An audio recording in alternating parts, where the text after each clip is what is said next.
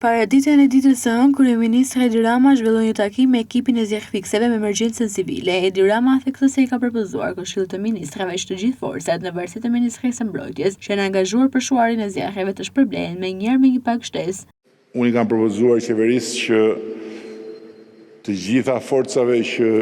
i përkasin Ministrisë së Mbrojtjes dhe të përfshihen në këtë proces të shpërblehen me një herë, jo në fund, me një pagë ekstra, dhe në ndërkohë ju bëj thirrje bashkive që të bëjnë gjithë gjë për trupat e tyre në territor dhe ta bëjnë këtë me një herë, pa pritur që të mbarojë gjithë betejë. Kryeministri tha se këtë vit Shqipëria hyn në sezonin e zjarreve me kapacitet më të madh që ka pasur ndonjëherë. Sipas tij, vendi ka në gatishmëri 4 helikopter që në rast nevoje mund të bëhen 6, ndërsa në fund të vitit flotës ajrore do të shtohen nga 3 avion zjarrfikës që do të jenë pronë shtetit shqiptar. Ai shtoi se në monitorim e territorit do përdoren nga dron me një sistem të ri. Kemi sot në dispozicion kapacitetet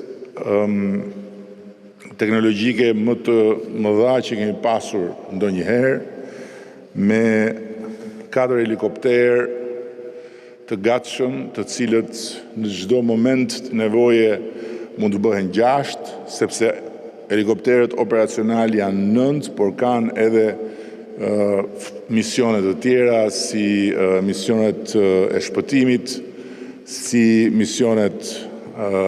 për shëndetin, ndërkohë që kemi mbyllur procedurën për 3 avion, të cilët do të vinë në fund vitit, por në ndërkohë